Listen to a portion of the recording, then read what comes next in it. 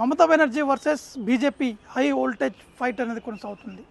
పశ్చిమ బెంగాల్ అసెంబ్లీ ఎన్నికలు దగ్గర పడుతున్న కొద్దీ రాష్ట్రంలో రాజకీయ వేడి మరింత పెరుగుతుంది. ప్రధాన పార్టీల మధ్య తీవ్రమైనటువంటి పోటీ కూడా కొనసాగుతుంది. ఒకవైపు భారతీయ జనతా పార్టీ కొత్త అభ్యర్థులతో బలంగా రంగంలోకి దిగేందుకు ప్రయత్నం చేస్తున్నారు. తాజా జాబితాలో కొత్త ముఖాలకి అవకాశం ఇవ్వడం ద్వారా పార్టీ తన వ్యూహాలను స్పష్టంగా చూపిస్తుంది.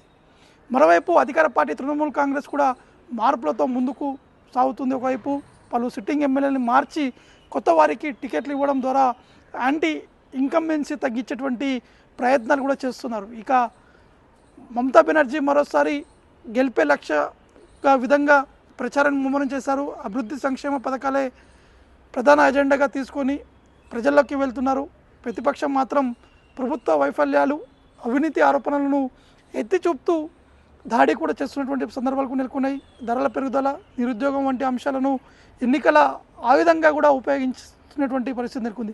ఈసారి మమతా ఓటు గ్రామీణ మూడ్, మధ్యతరగతి అసంతృప్తి ఇవన్నీ ఫలితాలపై కీలకమైనటువంటి ప్రభావం చూపేటువంటి అవకాశం కనిపిస్తుంది.